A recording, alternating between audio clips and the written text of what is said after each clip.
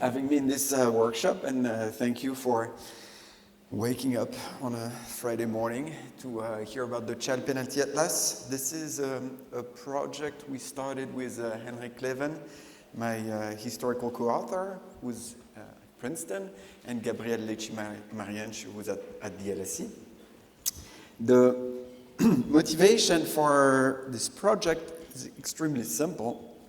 It starts from the realization that significant gender gaps persist in pretty much all developed economies. And this is true for gender gaps in employment, as well as in wages, in hours, in earnings. And the important development over the past 10, 20 years is that these gender gaps not only persist, but they don't seem to decrease anymore. There has been a huge movement of gender convergence in the 60s, 70s, 80s, 90s. But since the beginning of the 2000s, it seems that this movement of gender convergence has essentially stalled. The thing is, we have now a better understanding that the size and the persistence of these gender gaps seems very closely related to the impact of the arrival of children on women relative to men. What we ended up following the literature calling the child penalties. It's really this idea that, at the moment kids arrive, there is a causal impact on the labor market outcomes of women, and pretty much nothing happens on men. And the kind of simplest way to visualize all this is through these event study graphical representation. I'm showing here the child penalties from this event study specification that we computed in Denmark. So how does that work? Well, it's very simple. You have rich panel data, and with this rich panel data, you can follow people over time. You know when they have kids, and then you can essentially draw the evolution of, here are the earnings of women and of men relative to the time of the arrival of the first kid. And what you see, I think that has become now quite a classical representation. You see that up to the arrival of kids, basically the career evolution of men and women is extremely similar. And then on impact, just at the moment the kids arrive, you have this extremely brutal impact on the earnings of women, and nothing happens on men. The second really important thing about these child penalties is just how persistent they are. After the initial impact, what's really striking is that the immediate impact actually carries over time, and even 10 years after the arrival of the first kid, the level of earnings of women is still, in the case of Denmark, 20% lower than what it would have been absent the arrival of kids. Again, this is Denmark, which is usually thought of as a pretty gender progressive environment.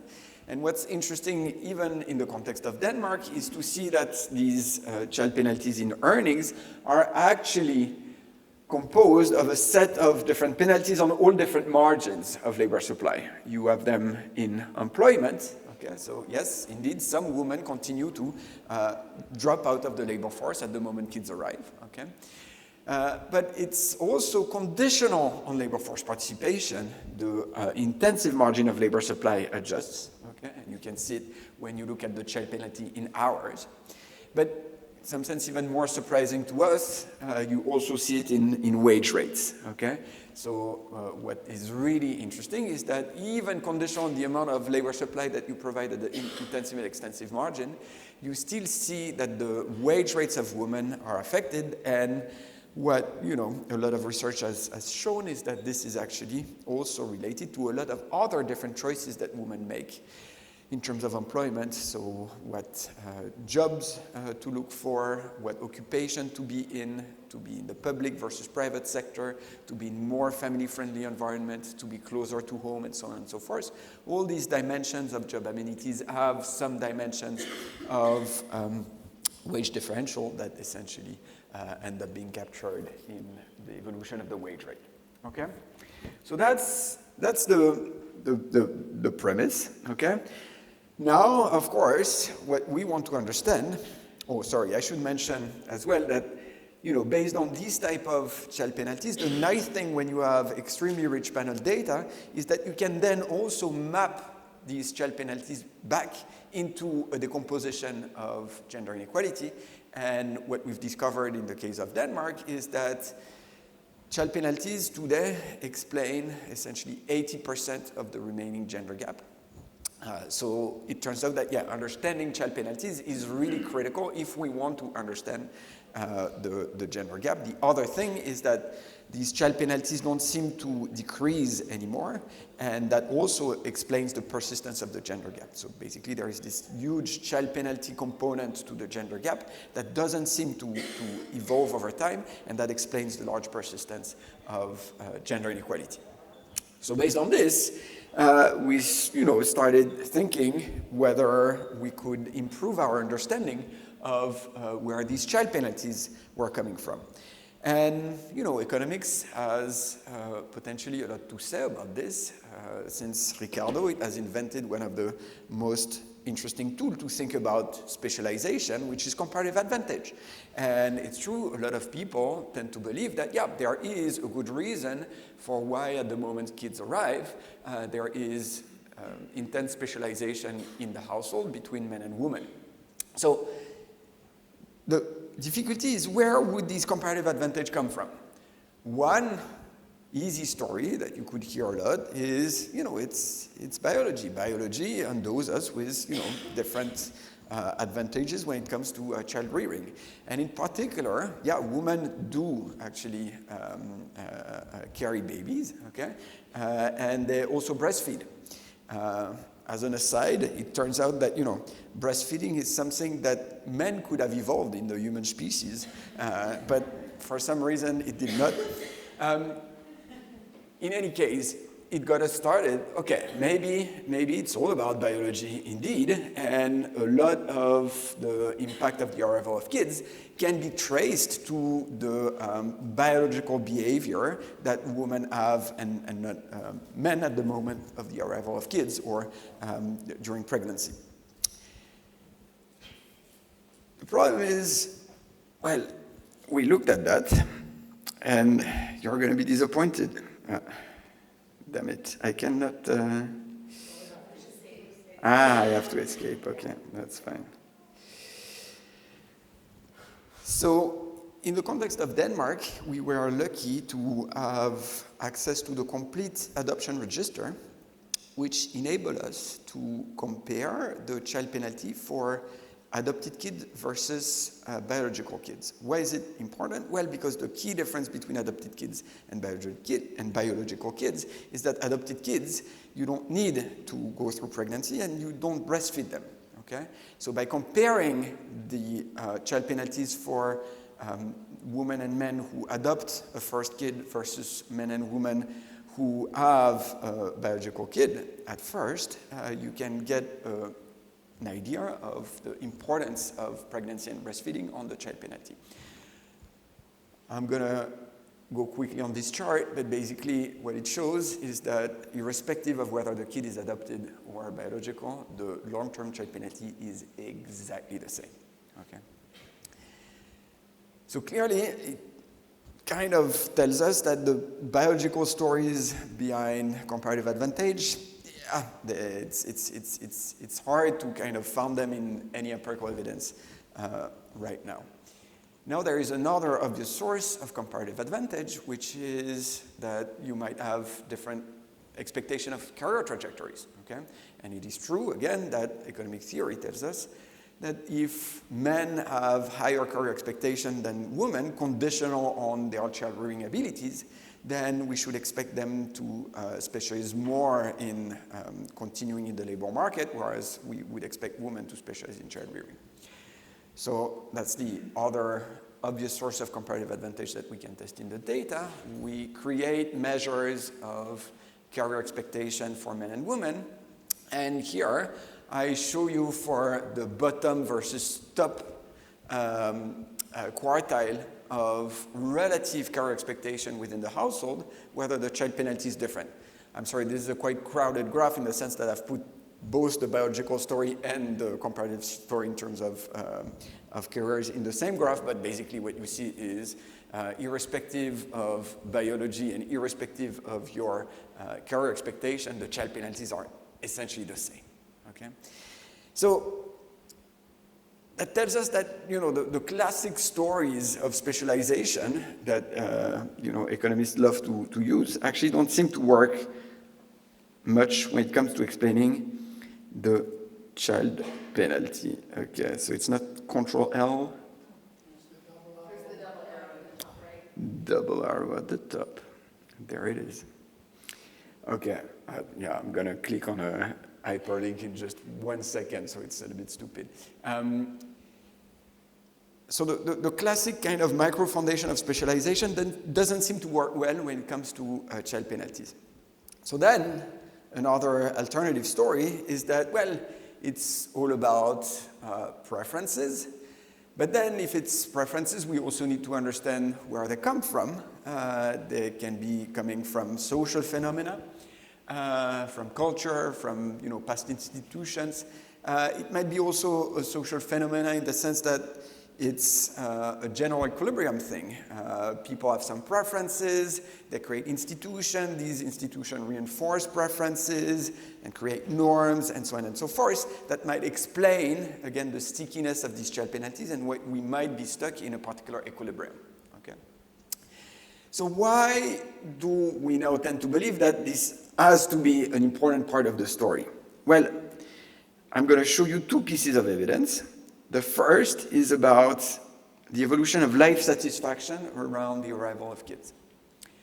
This is the exact same type of event study design, okay? Except now we focus on a different outcome, which is a measure of life satisfaction. Again, the problem is it's very hard to find surveys that have nice longitudinal dimension and these type of outcomes. So we pulled all the surveys we had across different countries and ended up with this type of evidence. What do we see? Well, the first thing we see is that basically your best years in life, it's prior to having kids, but it's not so surprising. You're young. You're graduating, you're meeting, your partner for life, or at least part of your life. You expect a baby. All of this is like a big boost to your life satisfaction. And then kids arrive, well, you somewhat readjust. But the interesting thing is, I think a lot of focus has been on just, what happens, around the arrival of kids, saying, there is a big kind of cost of having kids in terms of life satisfaction. What I would say is this is unsustainable, that trend. This is a trend only for people who have all these events, and this is all relative to people who do not have kids. So in some sense, we know that cannot continue forever. Okay? And what's interesting is that, both men and women converge essentially to the place they were 5, 6 years prior to having kids. But again, above and beyond the general shape with that kind of happiness bump around pregnancy, what's really interesting is that there doesn't seem to be any penalty in happiness, which might be surprising given the very stark specialization, the very stark change in behavior for women relative to men, and given what we know about how much labor market outcomes impact all dimensions of satisfaction, social status, and so on and so forth.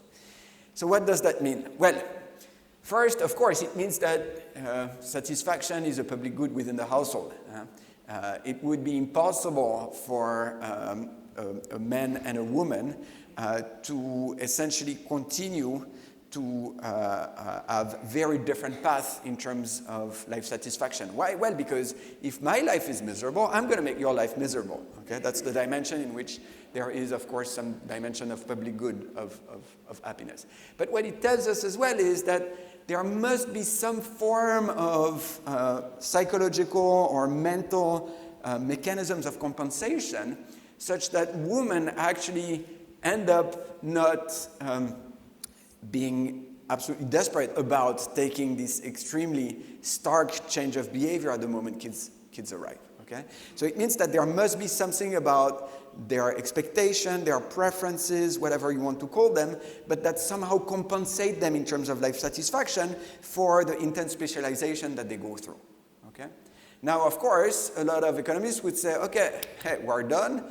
Women have different preferences. It's all, efficient. We stop there. And I would say no. To the contrary, it's just the very beginning of the journey. Now we understand that, there is a whole set of preferences, if you wish, that are different for men and women. We need to understand where they come from. Because, of course, you're not, necessarily born with preferences that, make you happy to specialize in child rearing. Okay? So that's essentially the beginning of the journey, as I said. But the other thing, which I think is interesting, and that pushes us to understand the formation of these preferences not just as individual phenomena, but also as a social phenomena, is that when you correlate measures of elicited gender norms, such as the traditional measures that you can find in surveys such as the World Value Survey. So for instance, here we're using the question, should women with children under school age or in school stay at home? And that's the fraction agreeing with that. So we correlate the fraction agreeing with that at the level of the country with the child penalty in the country. And you see that indeed, when the elicited gender norms are more conservative, the child penalties are more conservative. So clearly there is something at the level of the country, so to speak, or at a social level that determines at the same time the preferences and the level of child penalties. Yes? Both. It turns out that actually you'd be surprised there is relatively little difference across men and women. Of course, I mean, if you want this type of specialization to be sustained as a social equilibrium, people cannot disagree too much on what they want.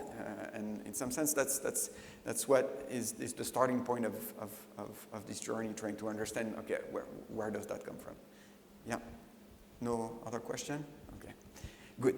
But you see, one of the difficulties is that we can do that for just like, a handful of countries where we have this kind of rich data on norms and we can measure child penalties, okay? And again, the thing is, most of these surveys, well, they are relatively small-scale surveys, so it's not like we can be extremely granular in trying to understand much deeper the interplay between this norm formation and child penalties.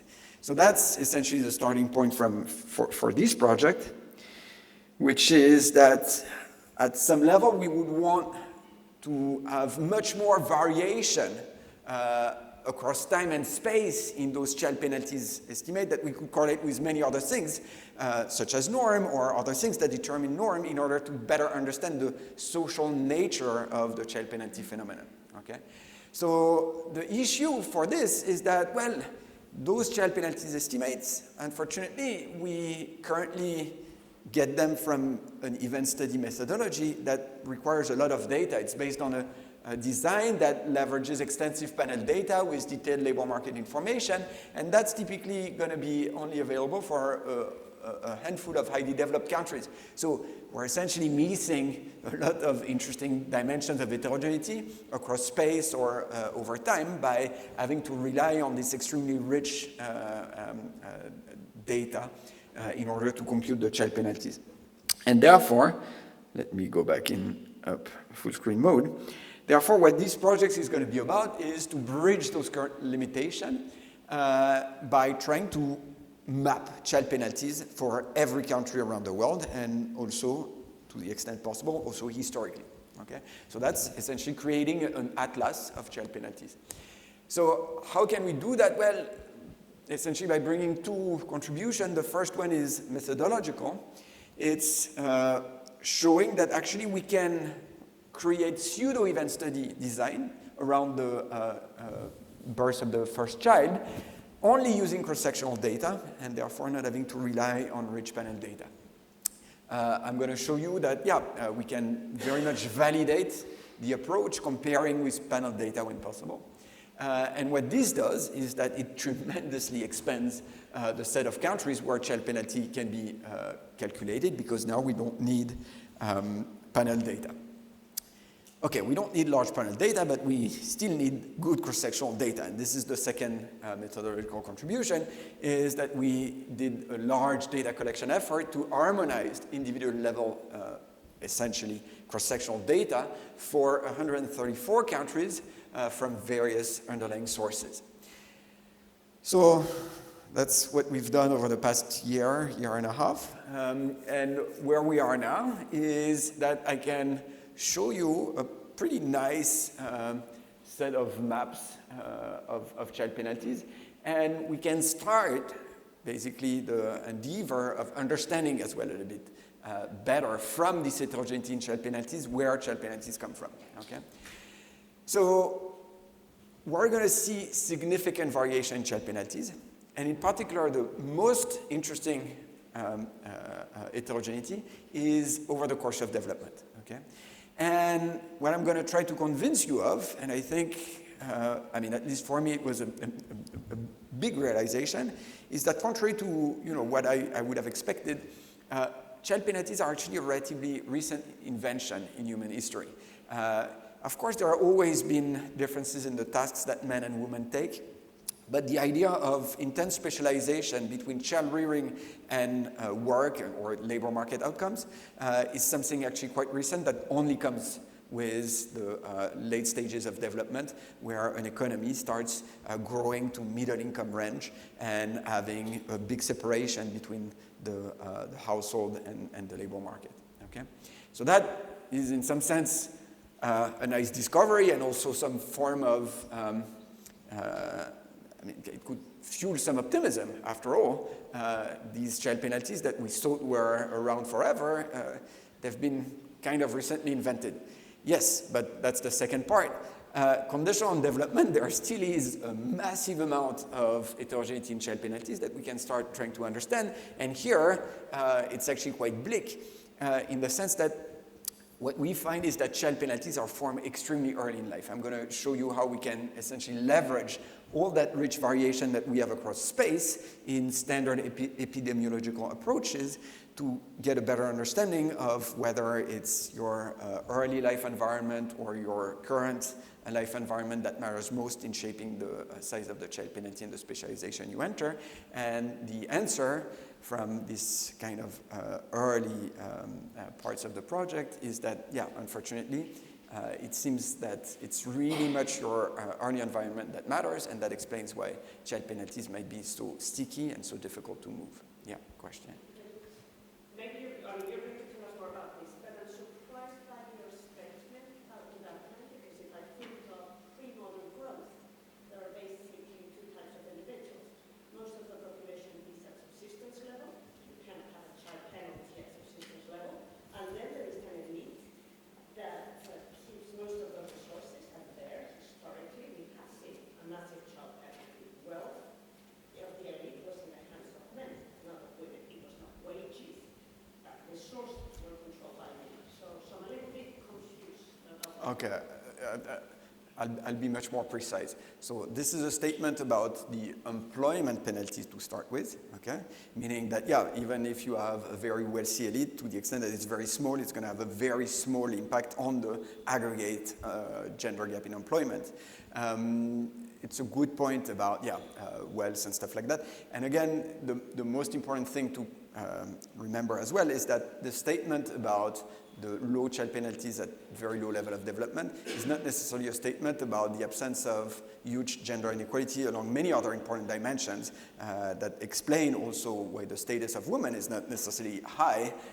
These are not gender equal societies, but these are societies where the notion of specialization doesn't exist, and that's, I think, important because, we still have a lot of countries that are at that stage of development, and we can think about, making them avoid that kind of what I'm going to call the Kuznets curve of gender inequality, which is, as inequality, as development increase, you have massive increase in gender inequality. By trying to understand what happens in that loop, maybe we can make the life of women in this environment better over the course of development. Yeah.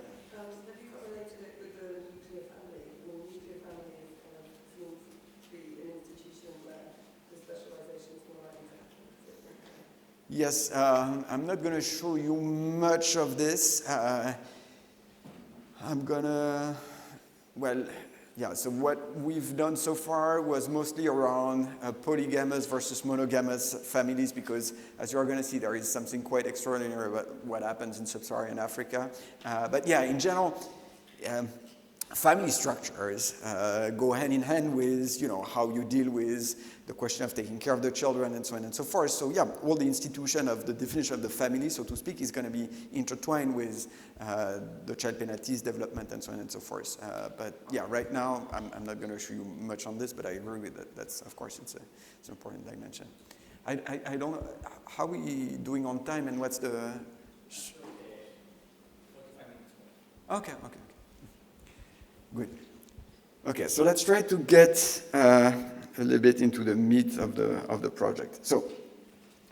So far, I think the main reason why to compute child penalties we relied on rich panel data is the fact that in a cross-section, if you simply compare men and women with kids or without kids, they are very different. Okay, so this is just taking an example from the US. These are men on the left column, women on the right column, and within each gender, these are the outcomes for those with children and without children. And you see that there are massive differences. Okay. Interestingly enough, these selection patterns are not necessarily exactly the same across contexts or across countries, but they are most of the time there. In high developed nations, in general, what we see is that men are positively selected in marriage and children, while it is oftentimes the opposite for women. But in any case, that has led us to believe that the only way, therefore, to estimate child penalties was to be able to control for these unobserved individual characteristics that might be correlated with the fact of having children and that impact also your labor market outcomes, hence the child penalty event study design. But it turns out that, well, the selection patterns are along a bunch of observable characteristics, that if we control for these observable characteristics, actually we go a long way in eliminating the selection, okay? So that's the idea behind this pseudo-event study design, okay? So how does that work?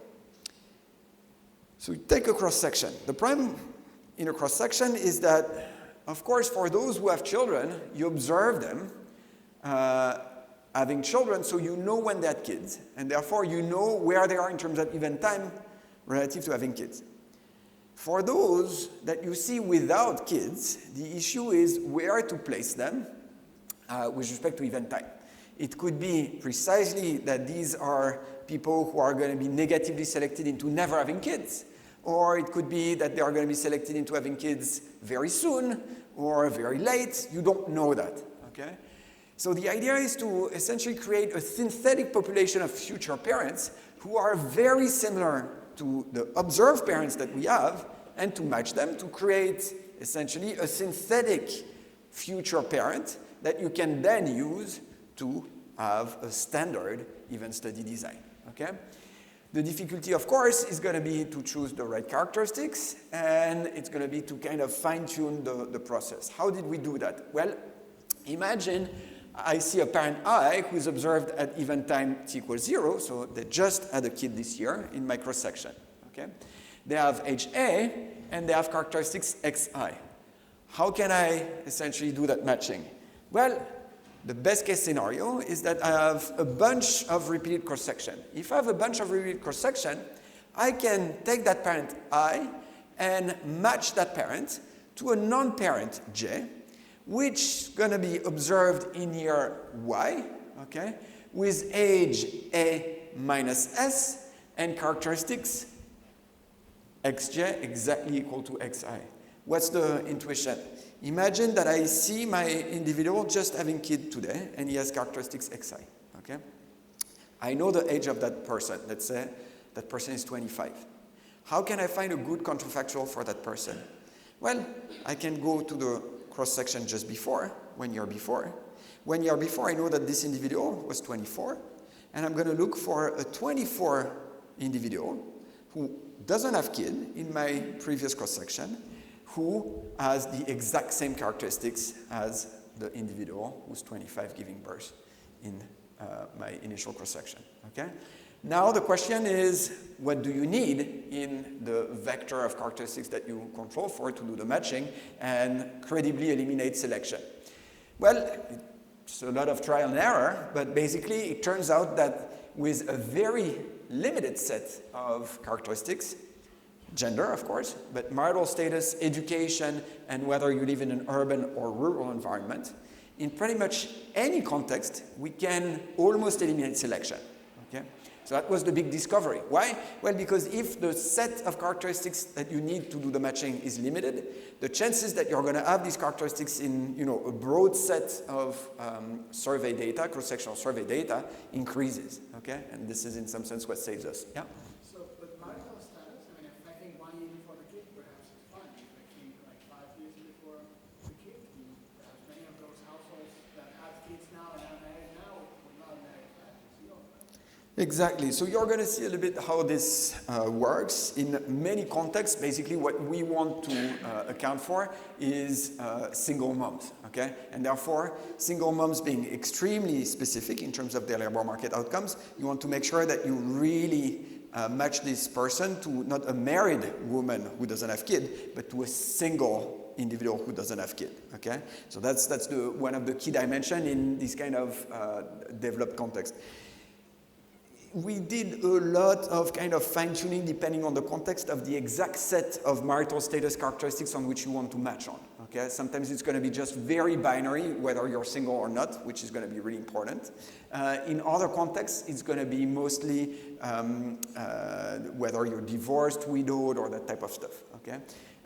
But, I agree with you, and this is going to be an issue typically in contexts such as sub-Saharan Africa, or any context where age at first birth is extremely early and goes hand in hand with marriage, that you don't want to match at -5, okay, with somebody who's married, because, married at, let's say 15 without kids is a very specific person, okay? So we do some fine-tuning depending on the context to make sure that the matching, especially the matching on marital status, doesn't give us the type of bad selection that you intend. Good. So let me show you some form of validation exercises that we did, and also how these validation exercises actually hold across contexts. So on the left panel, this is the type of validation that we can do in Germany, for instance, where we have both the cross-sectional data and the panel data, okay? What you see is, so in plain, you have the standard child penalty estimates that you would get using panel data, and the dashed lines correspond to the child penalty estimates that we have using our pseudo-event study design. What's striking is, that they match perfectly. We get the same long-run penalty, but also we match very well the dynamics. Another really interesting thing as well is that actually we often get much more precision in the pseudo-event study design, just because, panel data, most of the time, it's limited in its size, especially if you want to have the right balance across a large number of period pre and post kids, okay? The beauty of using all the data in the cross-section is that it gives you a lot of precision. So that's Germany, but you see in other contexts that are very different in terms of marriage patterns, or in terms of age at first birth and stuff like that, or number of kids, we also match the panel data very well with our pseudo-event study design, okay? So this is just showing you that, we find the exact same penalty when we validate that in other contexts. Yep.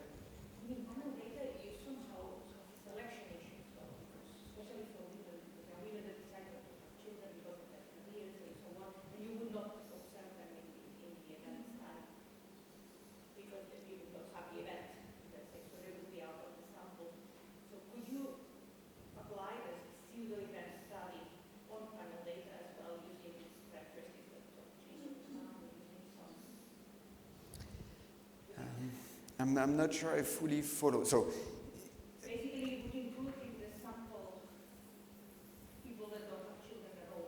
Otherwise, you can't. okay, but so I don't think the question of adding people who don't have kids is specific to the pseudo-event study or the panel design. It turns out that in a lot of what we've done in other contexts using panel data, we end up always validating the basic event study design by a design where we also add women without kids, okay, that we know are not going to have kids. Why? Well, again, in line with the recent development in all the kind of two-way fixed effect literature, we kind of know that to actually consistently estimate all the age profile and year profile that are dummies in the background of our event study design, to consistently estimate those and therefore have the right counterfactual for the child penalties, we might need women who are never treated, so women without kids. So I don't think this issue of the woman without kids is specific to the panel versus pseudo-event study design. I think this is something that in general you might want to do in many contexts, irrespective of the data that you have. So, does this tell us that it's not surprising in a way because you can't perfectly control when you have kids. So it's sort of saying there's some randomness in the time of your children additional. Yep, you have it. So Yeah. It makes sort of sense. Yeah, it is extremely reassuring. Yeah. There's some underlying reason for it as well. Yeah, no, there is some underlying reason for it. And that realization, if you take it seriously, tells you that, well, actually, you need much less data than what you previously believed in order to compute those child penalties. Exploit some biological imprecision. Yeah, kind of, yeah. Mm-hmm. Okay, so now we have the methodology, we need the data. So that was a large effort. As we stand, we have 134 different countries. For some of them, we have the panel data. So as I mentioned, the handful of countries for which we have rich and mean data is going to be Austria, Denmark, Sweden, Switzerland. On some countries as well, we have panel data, not coming from industry sources, but that are generally large survey panels, such as the GSUP in Germany, the BHPS in the UK, Australia. It turns out that the child penalties that you get in some of them, for instance, the UK BHPS, is slightly crappier than the one that you would get just using the LFS. So yeah, in any case, then the big data collection effort was for all the other countries. So we turned to IPUMS, which is that rich repository that has census data for a very large number of countries. So these are large census, so this is a large sample from the census. But the other interesting thing is that all these censuses have been harmonized already to create measures of labor market outcomes, and in particular measure of employment, that are consistent across all these censuses, and that's really important for us.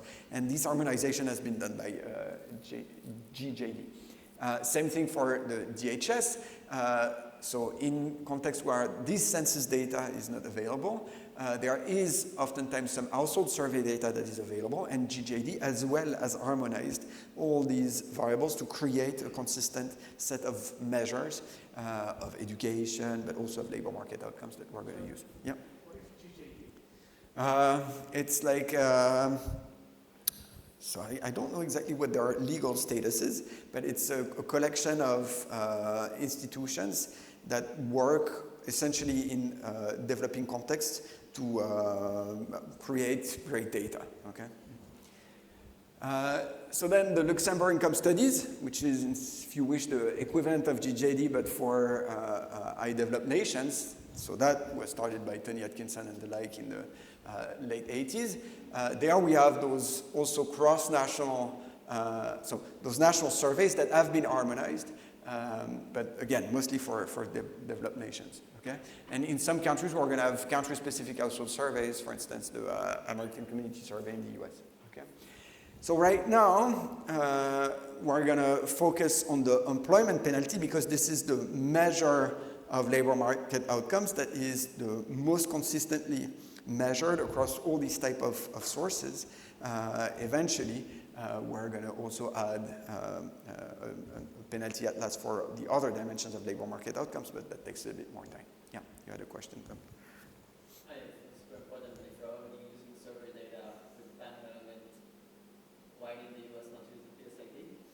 Because it's a much, much smaller sample size.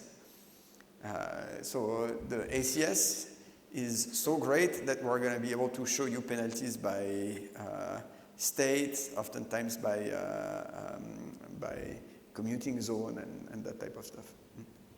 How are you going to define employment? Formal employment?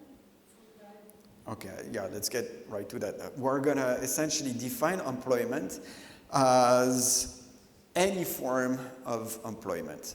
Okay, so that could be self-employment. Okay, these are, again, measures that have been harmonized by GJD to mean exactly the same thing, even in context where there is a large level of informality. So imagine you work on the farm, okay?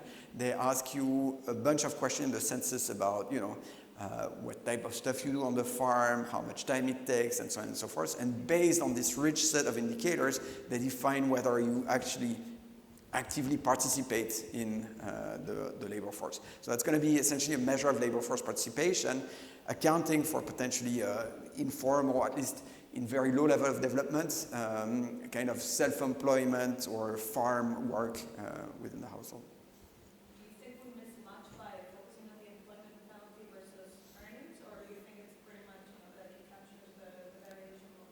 No, like we discussed when, I think Cecilia's question, yeah, there are other dimensions, earnings, and then, wealth or whatever, that are very important in determining the level of gender inequality and differences in social status across gender that we're not going to capture by focusing just on employment.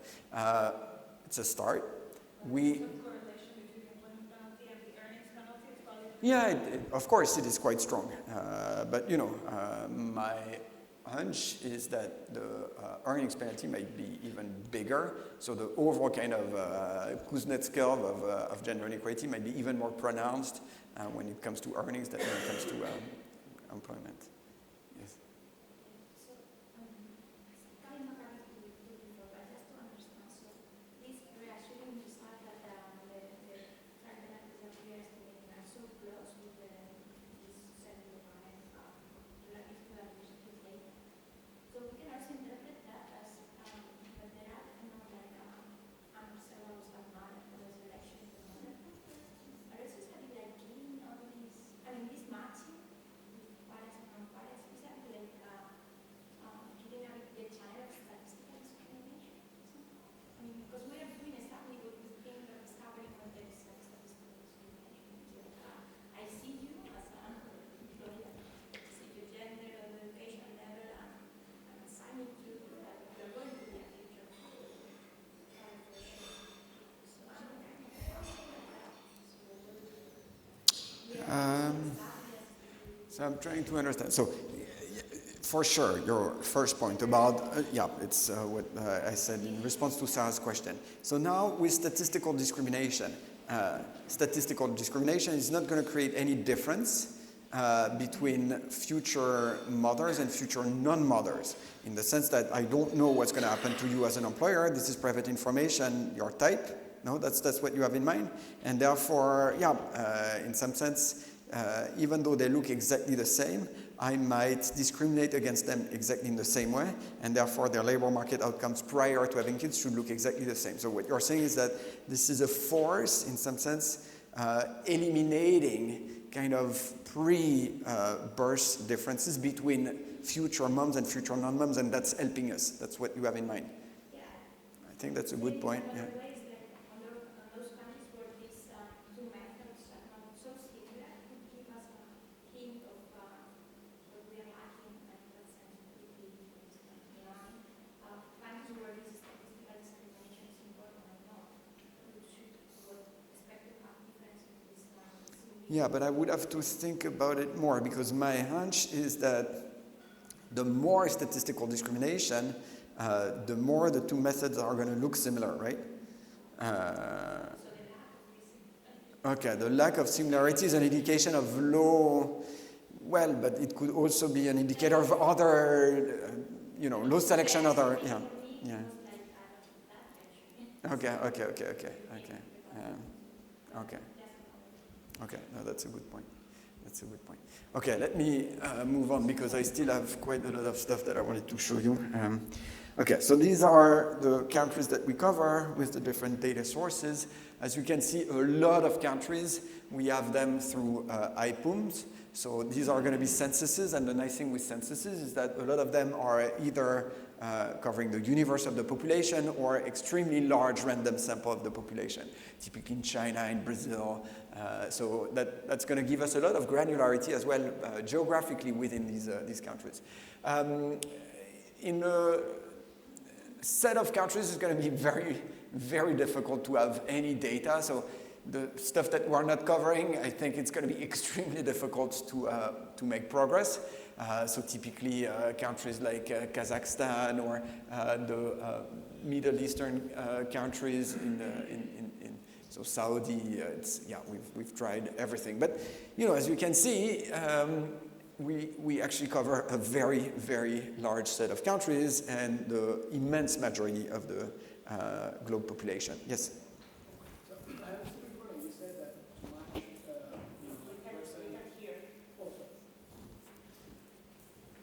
I understood before that what you were saying is that. Okay, yeah.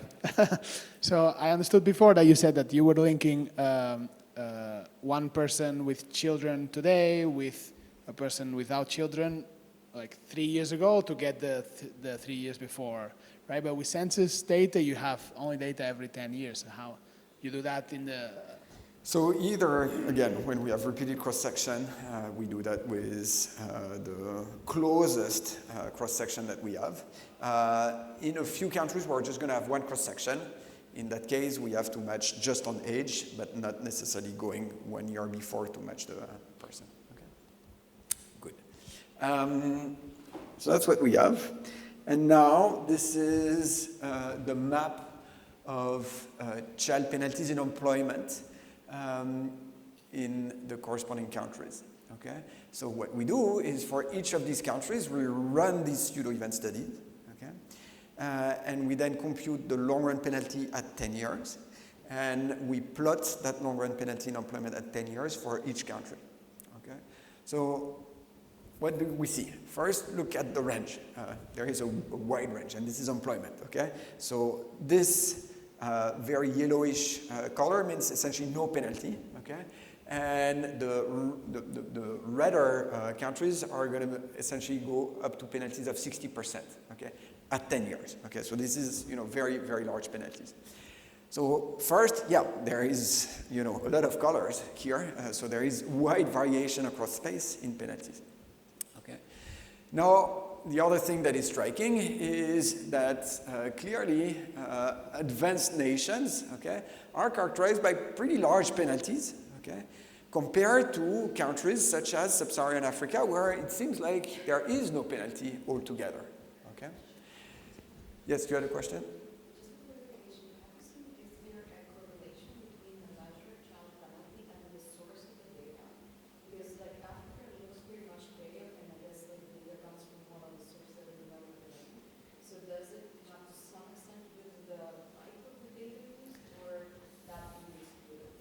Yeah, that's a good point. So I think one of the key potential issue would be that the measure of employment is actually not the same in these different sources. It turns out that no, this is not the case for a lot of these, even these countries. Okay, so they are going to be using IPUMs. Okay, like Brazil, for instance. Okay, so at face value, it's not just a measure of employment. But it could still be that in this context, the measure of employment is still much more difficult. And so we essentially compared when we had two sources of data. So sometimes we're going to have DHS data and IPUMS data. And we can compare the child penalties, and they are very similar. Okay, good. So yeah, the first point is just there is tremendous variation across space, okay? Much more than the little variation that I showed you when I used that handful of countries that we used in our AER-PNP, okay, that was focusing on the UK, the US, Germany. So yeah, there is tremendous amount of variation in child penalties, yes? Just to follow up this question, I was thinking if there is a way that you could estimate the informal side of the employment of the labor market, right, for these countries. I'm going to come back to that when we're going to discuss kind of what happens over the course of development, okay? The other kind of cool thing is, like I mentioned, in a lot of these countries, the granularity of the data allows us to, even look at penalties within states, in the US or in Brazil, or within provinces in China. So a lot of granularity, and also at the level of cities, like I mentioned, for these very large countries, okay? Good.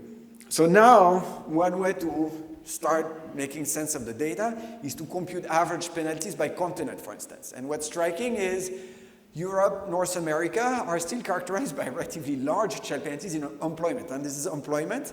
And you see that, yeah, there is essentially a 25% penalty in employment in these high developed nations, okay? Interestingly, Latin America, that is at a much lower level of development, is also characterized by extremely large penalties, okay?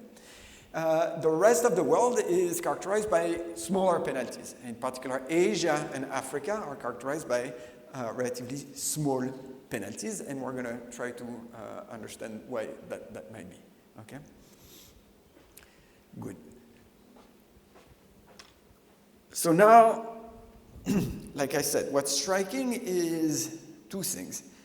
The large level of variation in child penalties across levels of development, but also, quite strikingly, if you zoom in on areas with high level of development, conditional development, there is still an incredible amount of variation in child penalties. Okay, that's the second kind of main finding. Okay, so this is Europe, and now that we can map, thanks to these pseudo-event studies, child penalties across all European countries, what you see is the tremendous variation between countries that are characterized by relatively low penalties in employment, okay, such as, for instance, Portugal or the Netherlands, the Scandinavian countries, and at the other extremes, countries in Europe, especially German-speaking countries that are characterized by punitive child penalties in employment, okay, at the level of up to 40, 50%.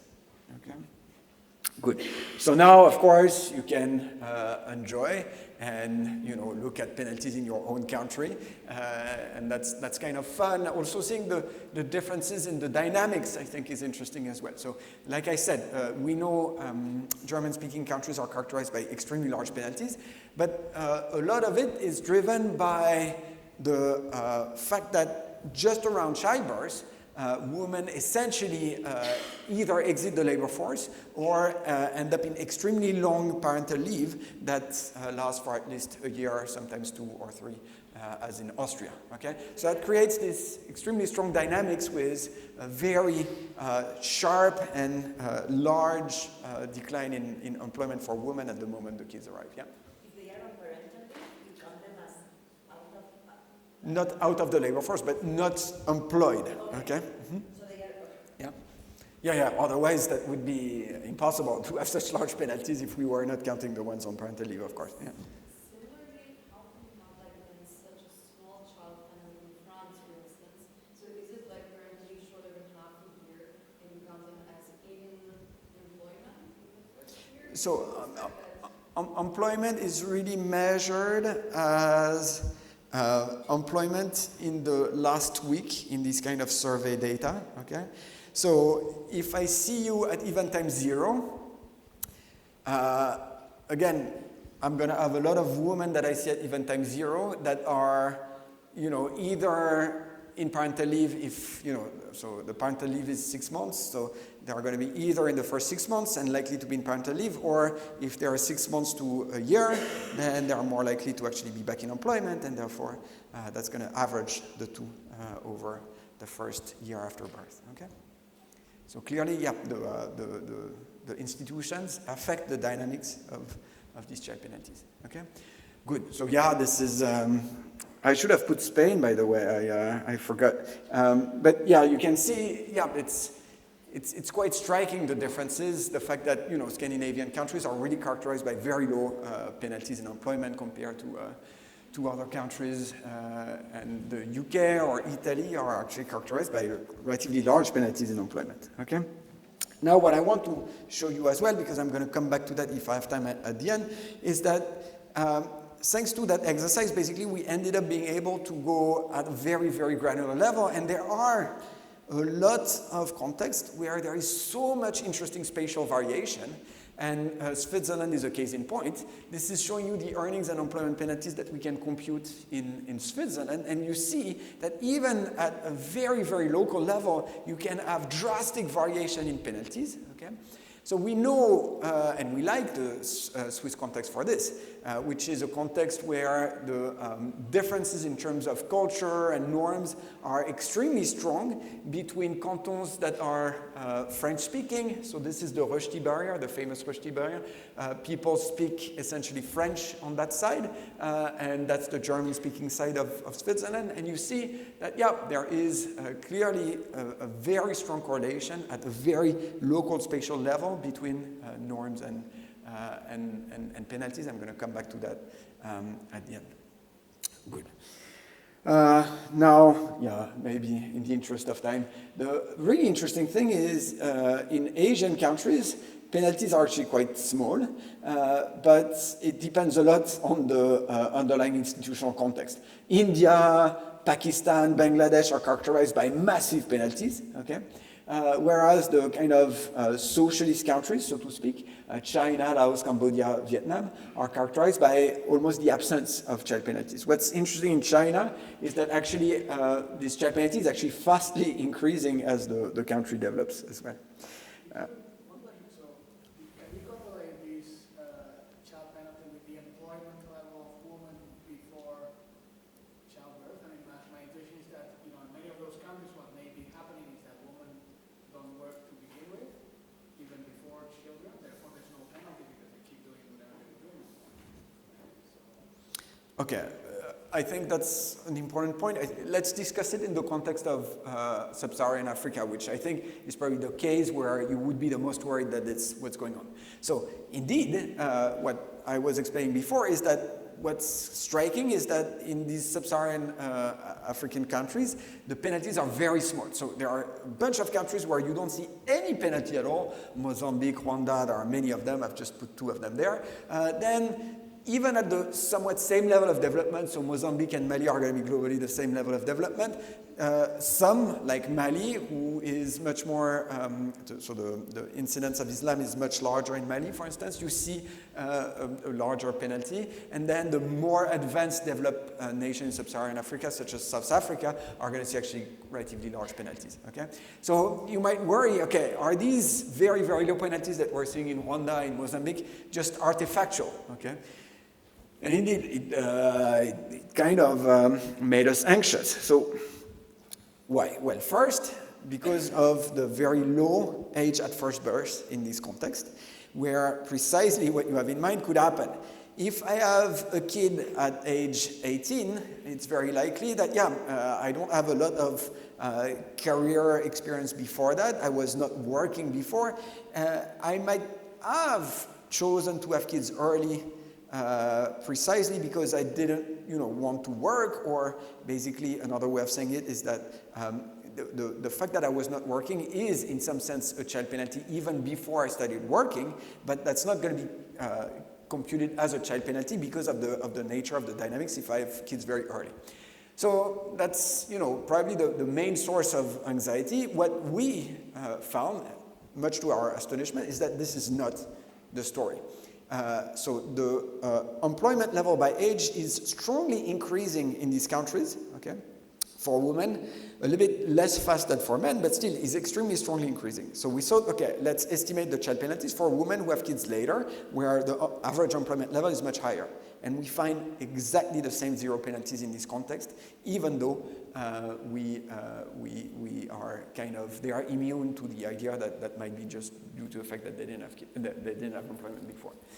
Now, another thing that worried us is maybe it is linked to the nature of family structure as well, in particular in polygamous environments, and the incidence of polygamy is extremely high in a bunch of these sub-Saharan African countries. It might be going on in the sense that because we're going to observe sometimes kids arriving, but not necessarily be able to ascribe the kids properly to the mom within the household, then it might be that, everybody kind of shares penalties, and therefore we see very low penalties just because they are shared between all the women within the household, okay? So we could check that in two ways. First, by essentially correlating the child penalty with the incidence of polygamy across these countries, or within countries sometimes where we have granularity. We don't actually see that that's explaining the story. Why? Well, because actually the higher incidence of polygamy is correlated with higher penalties, not smaller penalties when we do that, okay? The other thing is, in a bunch of countries as well, we have much more detailed information that allows us to actually trace precisely the kid to the actual mom and not just to the household. And again, we find that when we do that, we don't see a difference, okay? I think the thing that would essentially kind of make us absolutely certain that it's not artifactual, even though I'm now really convincing myself that there is something deep about this, is to validate that using other outcomes, such as time use data, okay? And just show that indeed the time spent on childcare is much lower after the arrival of kids in this context compared to a higher level of development, okay? But I guess the general point is that, these results of the kind of strong correlation of child penalties with the level of development seem quite robust and not artifactual, and it pushes us to think about a deeper economic social mechanism behind these low penalties at low level of development. Yes? Is the level of employment for men and women before children very different? It is. There is a gender gap in employment even before kids.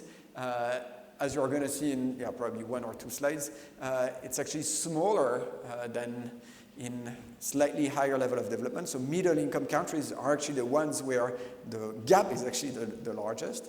But there is still a gap. And I mean, it is explained by a lot of other things, which is that even in this context, especially in this context, we invest much less in the education of women and so on and so forth. So they have different characteristics explaining that, they are much less likely to take up a bunch of job opportunities and stuff like that.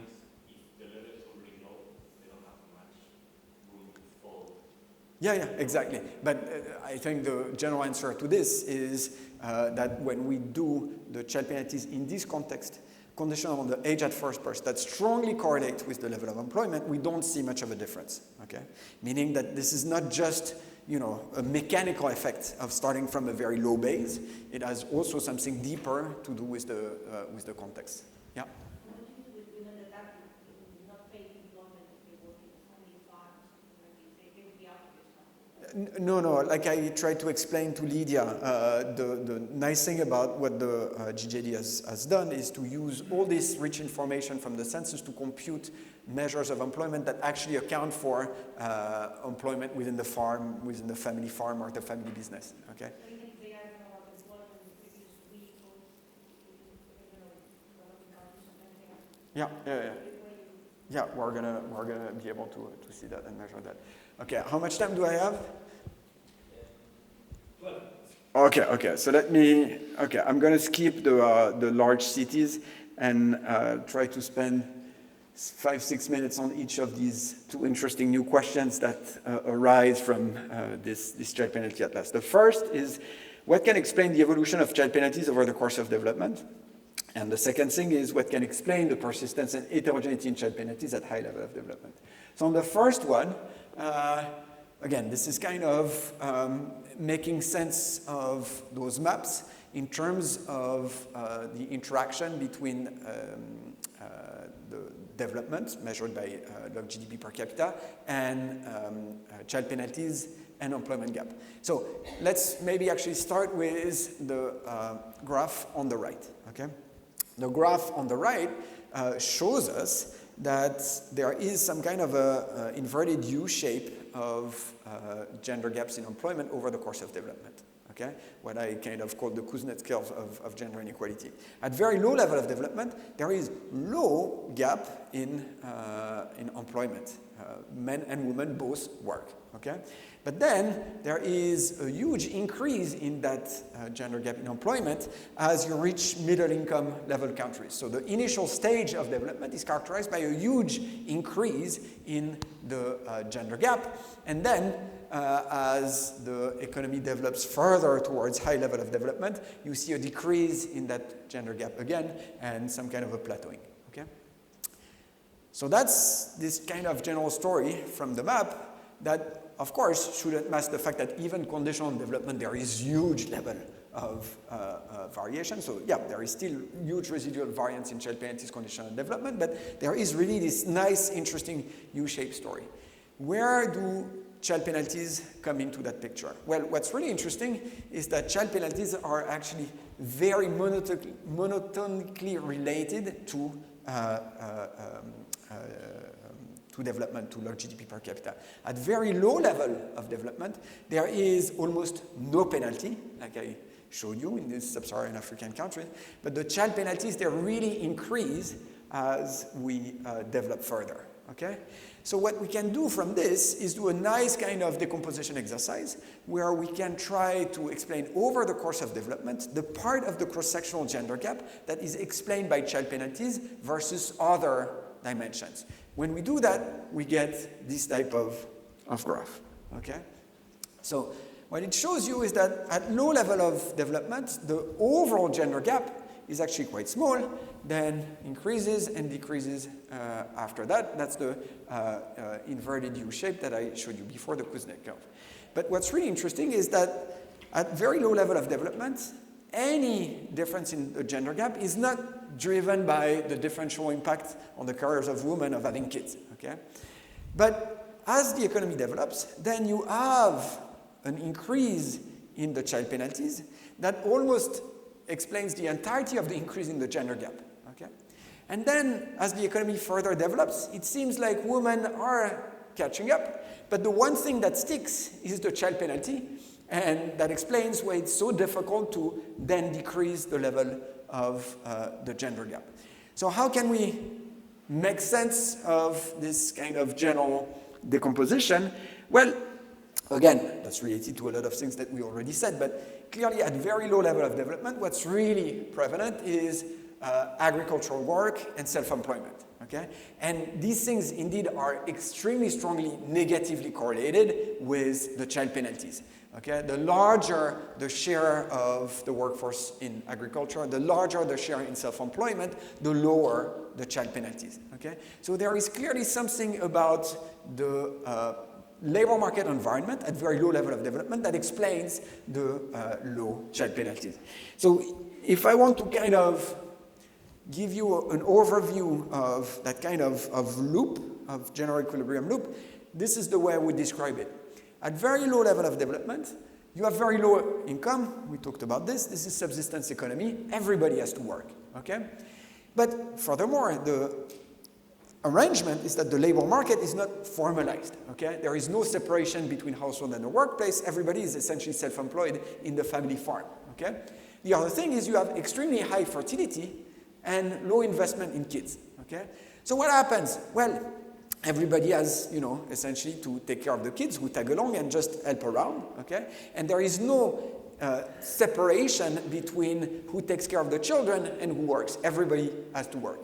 But suddenly, this kind of equilibrium changes when the economy develops. Suddenly, the structure of the economy changes. You have much less agriculture, and you have much more formalization. Salaried work increases, and that introduces some separation between the household and the workplace. At the same time, you become richer, okay? That decreases fertility and increases the investment in the child human capital. So you also need to spend more time taking care of the kids, and that's going to happen in the household. So you have to essentially create some specialization because of this separation between the household where childcare has to happen and becomes more prevalent, and the workplace where salaried work becomes interesting because it's highly paid and you want to take it. But this specialization arises totally at the expense of women. Why? Well, because this is also setups where norms are that women are less educated, that women should not take these type of job opportunities because the social status of women, the gender norms are still extremely conservative. In that sense, that's, coming back to what I was saying, these very low penalties at very low level of development do not tell us that these are fabulous places for women. As soon as opportunities arise, they are taken by men, okay? So that's important to bear in mind as well. And then what happens is that a higher level of development, well, women now close the education gap, they reduce the gender gap, because, they get more educated, they enter all these occupations, the equilibrium is such that, you can no longer have such a strong separation where women are permanently kept out of the labor force. But the problem is the norms stick, okay? And the child penalties, therefore, also stick. And therefore, even though there was nothing kind of written about the persistence of these child penalties, there is some kind of huge persistence and stickiness in child penalties and in the gender gap. Okay? Change the slide. Yeah. It's in the next one. But now norms appear at the very end. Yeah. Where do these norms are formed? Because at the very low levels of development, everyone is working. So my right, so what I have in mind is that at the very low levels of development, these norms are already formed, right? Going back to the paper by Alessina and Julia. So The norms are conservative. and are formed in the first stage. Formed or, so that's going to be in some sense what I'm going to come to in a second, which is, where do they come from, okay? But they are deep, they are culturally deep. And appear And probably they appear at, so. when there is no separate. So specialization comes when the economy develops. Yeah, but I think the important thing to keep in mind is that still tells us that there is a way to arrange development so that the interaction between development and this pre-existing norm doesn't necessarily create this intense specialization, okay? So this is where you could still kind of make the loop, weaken the loop, so to speak, to make sure that you don't end up with this kind of extreme level of increase in gender inequality. Presumably, the whole structure of work is kind of that's been shaped as well. The fact that you have to work 9 to 5 or 9 to 9 if you work for Goldman Sachs. That's kind of embedding it's a lot of other stuff that happen over the course of development that are strongly informed by these pre-existing gender norms. How separated the workplaces from home and how to get there, for instance. The urban structure of cities is shaped by a lot of gender norms and stuff like that. So there are many ways in which now this better understanding of the importance of this low level of development in driving child penalties could be important in making sure that we don't end up for all these countries that are going to develop, that all these sub-Saharan African countries that are going to develop in the next 25 years, we can somehow help young girls there. I'm not saying that I have the answer yet, but at least it's... 4 slides to go, so maybe the answer comes in the next one. That'd be fantastic, but then, It's a complicated thing. There's many factors, of course, here, and you can follow them, but one of them that I think would be interesting to look at is the role of other women in the family, not the mother, how that changes with this development. My understanding is that at the beginning it's a very important role. In the middle, I'm not sure how important it is, and in the bottom, it's probably a lot less important. And kind of understanding. Yeah. That goes back to Sarah's question on family structure. There is a very nice paper in China showing that indeed the presence of grandparental support has a strong impact on child penalties in China. So, like I was mentioning, China has relatively low penalties, but these penalties are increasing extremely fast because China is developing extremely fast. So basically, China is a case in point. Like they are really historically making that jump from very low level of development to middle income country and having a huge increase in the child penalties. And that paper shows that in a context where grandparental support is much larger, the increase in child penalties is much lower. So in the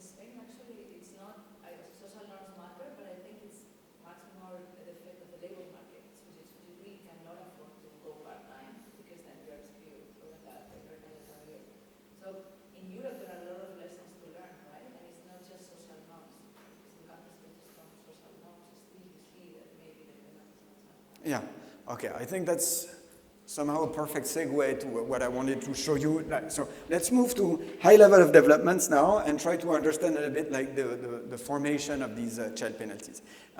So the overarching goal here is going to be to exploit that huge variation that we have across space, and essentially the fact that we have a lot of people who move across space to get a better understanding through epidemiological approaches that leverage movers' designs, basically, to understand where child penalties come from.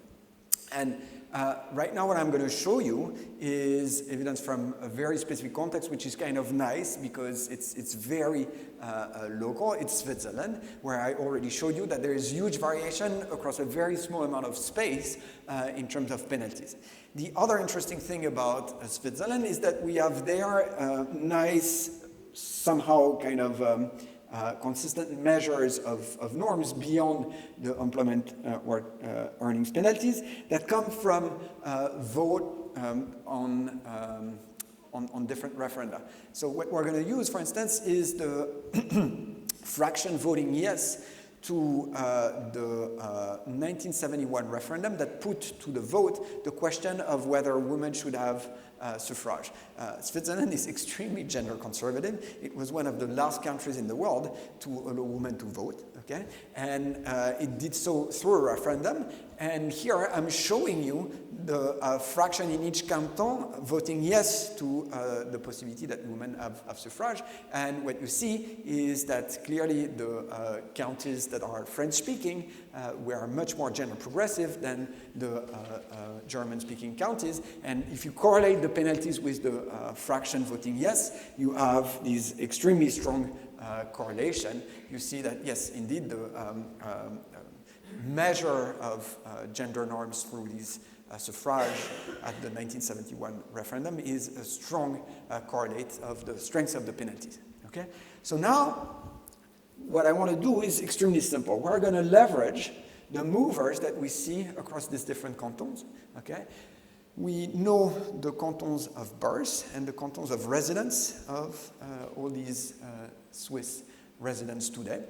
And we're going to do a very basic epidemiological approach to see to what extent the child penalty behavior is driven by the environment that you face at birth or in early childhood versus where you reside today. Why is it important? Again, because it gives us a glimpse at where those penalties come from. Do they come from the current institution, the incentives that you face, or from something deeper that you carry with you, call it preferences, culture, whatever, but that are affected by the place where you were, okay? So we do that, well, following in some sense the epidemiological tradition. We're going to here correlate the vote share, so that measure of the intensity of the conservativeness of the gender norms, okay, of your birth canton with your child penalty. But of course, if we were to do just this, where you're born is also potentially where you reside, okay? And so we want to control for where you reside. So we're going to do that. Okay, so we're going to have these bins of the vote share in your birth canton, but then we're going to, within each bin of vote share in your birth canton, estimate separate child penalties conditioned on where you reside today. Okay, so that essentially accounts for the fact that there is, of course, selection conditional on birth on where you reside. Okay, what do you see? Well, conditional on the birth canton, you see the different colors indicate the differences in the gender norms of where you reside. And not surprisingly, the stronger the conservativeness of where you reside, the stronger your child penalty condition on where you were born. Okay? But what's really interesting is that there is, for all these different bins of where you reside, pretty much the same linear declining relationship between the vote share of the canton of birth and your child penalty. Okay? So what that means is that conditional on the intensity of the gender norm where you reside, you still carry with you important baggage, which is the child penalty and the norms of the place where you were born that affects the child penalty that you have where you reside. Okay? And you see the slope of this relationship is minus 0.11 on average across all these deciles, and it's incredibly similar if you do that separately for each of the deciles, which is in some sense, again, reassuring in terms of differential selection of the movers. You can do now the same flip exercise, but doing the impact of the place of residence, so the norms, the voucher in the cantons of residence conditional on the place of birth. And the really interesting thing is that you find a slope which is roughly similar. What that means, eventually, is that the overall effect of place versus the overall effect of birth is pretty much equal in size, okay? So yes, policies do matter, the institution that you create where you are, they matter in explaining what you're going to do in terms of specialization, but well, what you carry with you from where you were born is still incredibly important, pretty much as important, and therefore that explains why these child penalties appear so sticky. Whatever you can do with your institution, to the extent that people carry with you stuff that, you know, are shaped by their history early in life, is going to take a lot of time to change, okay? So, to conclude and to tell you a little bit more about the next steps, the project essentially maps child penalties around the globe, and even at a very descriptive level, I think it is interesting because we find that child penalties are actually a relatively recent invention in human history, and that these child penalties, they really appear with development and have a huge explanatory power to understand the Kuznets scales of gender inequality. Now, the other interesting thing about doing this is that we now have the extremely large variation across space that allows you to better understand the potential underlying drivers of child penalty, typically through epidemiological approaches. And what we find is that, yeah, the institution that you face in parenthood, they do matter, but it's fascinating how large the fraction of child penalty seems to be determined early in life, and that explains why child penalties may be so sticky and hard to change. So the next step is, of course, to further explore all these kind of epidemiological approach using the very large sample of international movers that we've created using the Child Penalty Atlas, where we not only have place of birth and place of residence, but we also have rich information about your siblings and the age at which you moved. That is going to essentially help us understand better in that kind of early life environment. Is it what you carry from just birth, essentially, you know, your parents? Is it your early childhood that matters? Is it, to the contrary, early adulthood or the institution just at the moment of parenthood? All of this is going to be made possible by this extremely rich data set. And that's it for me.